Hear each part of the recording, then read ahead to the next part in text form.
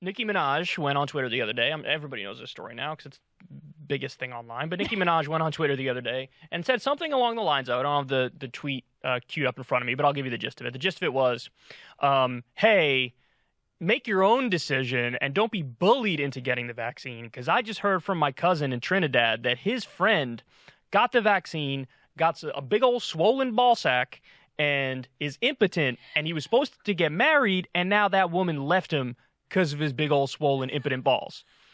And so everybody, like, we were all sitting there. I remember when I was like, I had to do a double take. I was like, Nicki, what? This is one where we check to make sure, like, is this real? Yeah, like, this is a parody account or some shit. I was like, what? What are you talking about? And then, of course, instantly politicized like that.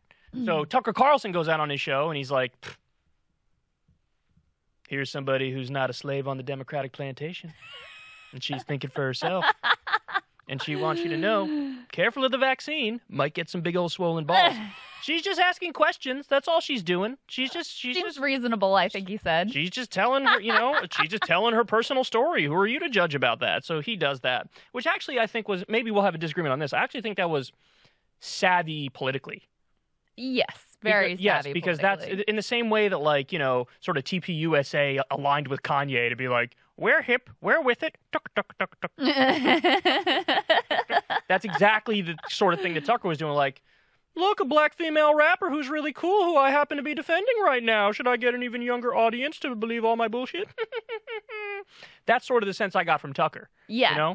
Yes. And he ultimately baited people into the second part of the dynamic, which is then, do you want to set this up, a Hassan part? Well, yeah. So what happens is Nicki tweets a short clip from Tucker Carlson's show when he was given like a monologue, and it's semi-defending her, and she tweets that video clip with a little bullseye emoji to be like, this guy gets it. Right. And so Hassan Piker jumps in the replies and basically says, like, do you know that this guy's a white nationalist? And so then Nicki fires back and says, this is actually, I'm going to give you verbatim what it says. You got it. Right. I can't speak to, agree with, or even look at someone from a particular political party. By the way, white nationalist is not a political party. People aren't human anymore. If you're black and a Democrat tells you to shove marbles up your ass, you simply have to. If another party tells you to look out for the bus, stand there and get hit. So, that's her being like, don't make this partisan, what is that even relevant to the conversation that we're having? Believe it or not, I might surprise people here. I half agree with Nicki in this sense that, like, yeah, the fact even if Tucker is a white nationalist, that is not relevant to the conversation about vaccination. Right. Like, Hitler could say I like dogs. That doesn't mean, like, if somebody says I like dogs, you could say, like, did you know Hitler liked dogs? Like, that's just not relevant to the conversation. Right. And it's like this instinct on the left always to say, like, if you associate yourself with one thing that a person says, that automatically means so now you're that buying you're it wholesale, sanctioning wholesale whatever their ideology is and whatever they're selling on a daily basis. Correct. So, but now, before I don't get it twisted, now comes my massive disagreement with Nicki, which is the more important part, which is this. And this is my advice for everybody. I don't care who you are. For the love of God, stop taking anecdotes and forming your entire worldview solely based off anecdotes. So, by the way, the health minister from Trinidad, they didn't comment on this for like a day and a half or 2 days. And then they call a press conference. Homeboy goes out there and he's like, just so everybody understands, the story's not true.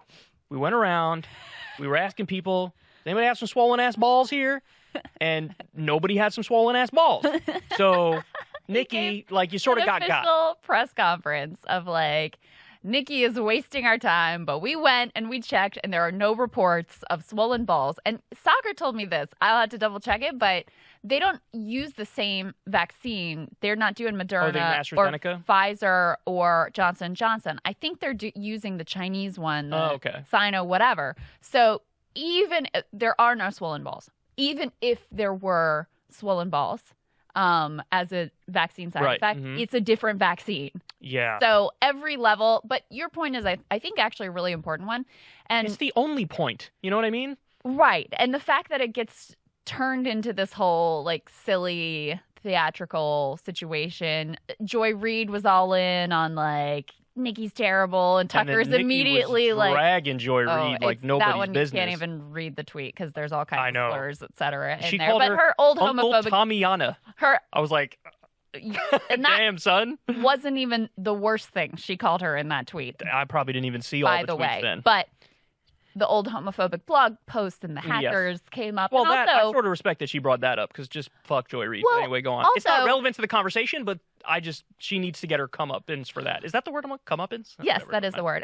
Also, she brought up an old tweet from Joyce during the Trump administration where she was like, who could ever trust the FDA again, even if Biden gets elected, because this has all been such a mess. Well, I'm sorry. I don't know how well you know her, so don't say anything here. I'll be the one to talk. Okay. But yeah, Joy Reid's a fucking hack, obviously. But on the flip side, Nicki, you don't know what you're talking about. Like, you need to understand that you don't know what you're talking about. And I'm not saying that as a personal attack. I'm just saying, like, when you've amassed a quadrillion followers, don't go out there and say some medical shit based on Dickie McGee's acts. Literally. Like, you don't know what you're talking about. So, by the way, to my original point, which is everybody falls for this. It's not just Nicki Minaj. I don't want to just pick on Nicki Minaj. Everybody does this thing where it's like, I have a friend who has a friend whose nuts fell out of his eye socket because he took fucking penicillin. And it's like, first of all, no. Second of all, even if you did, I don't care about your anecdote. It doesn't mean anything to me. I care about the data because the data is what? A collection of all of the anecdotes. That's what the data is. Tell me what all the anecdotes say. So, on the vaccine thing, we just got these numbers from Pennsylvania. Oh, yeah, this is interesting. So get this. In Pennsylvania, unvaccinated or not fully vaccinated people have so far accounted for 97% of the deaths, 95% of the hospitalizations, and 94% of the cases. I don't care about your swollen ball sack, bro. I care about this. I care about what the data says.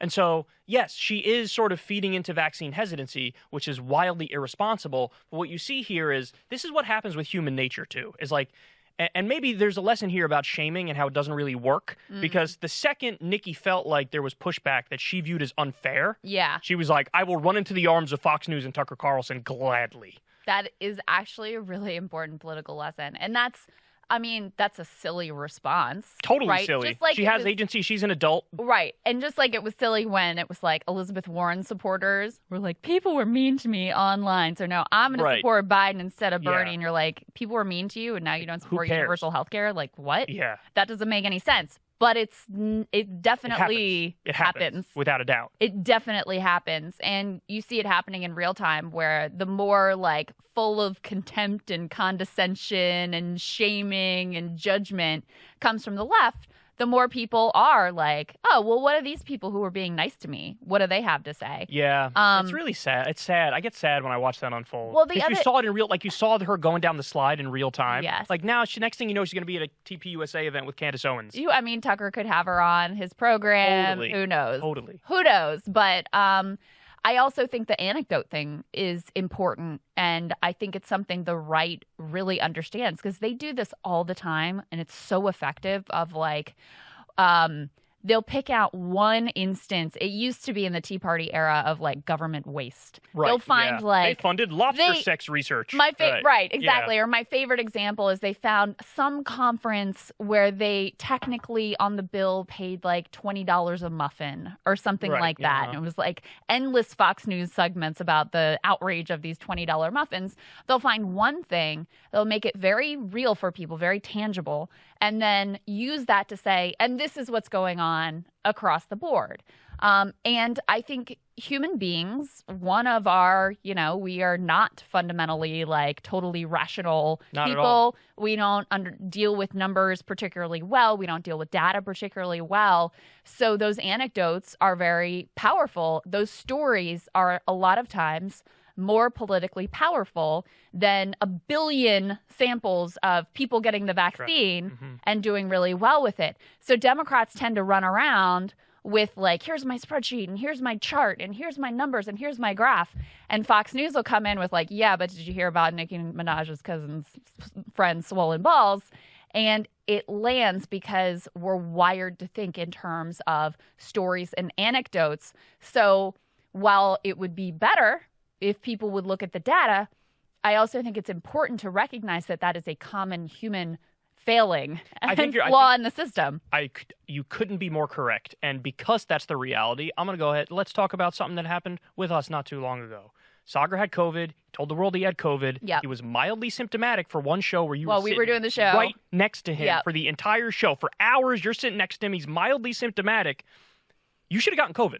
Mm-hmm. You didn't get COVID. Especially Delta variant, way more infectious, very likely. And I'm with you all the time. I was just with you immediately after that, too. You should have gotten COVID. I should have gotten COVID. Mm-hmm. You didn't get COVID. I didn't get COVID. Right. You're vaccinated. I'm vaccinated. Right. I'm convinced that's why.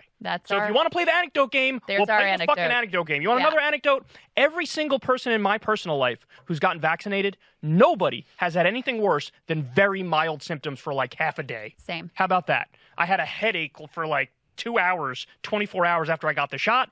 Then I was perfectly fine. You, the night of, you felt a little off, a little like fevery. Yeah, and then the next morning, no big deal. Done. My mother, virtually nothing. My sister, absolutely nothing for my sister. Same deal. So you want to play the anecdote game? I can play the anecdote game all day long. See, the problem is people on our side of this discussion, we're more honest. So I like to go right to the data because that's all that fucking matters. Right. But if we are really wired in human nature to only play the anecdote game, fine, I'll play the anecdote game and I'll destroy you at the anecdote game because I'm correct on it. But there's another issue here, which is that I think the scarier, more salacious things also land. Right. Nobody's going to write an article about the thing I just said. Like, there's been 90,000 on the swollen balls. Fine, Nobody's going to say Kyle Kulinski and Krystal should have gotten COVID and didn't because they're vaccinated. Nobody's going to write an article saying that. Right.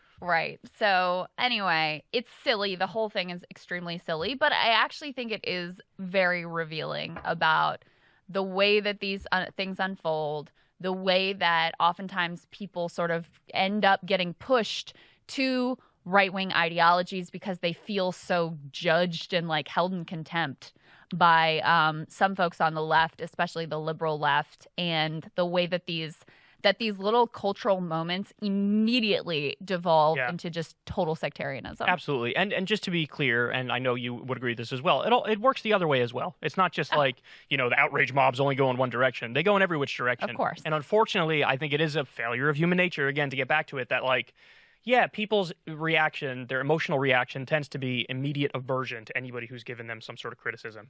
And on the one hand, that's understandable because we only want so much conflict in our lives. When it goes overboard, we feel unfairly under attack and we're like, can't handle it.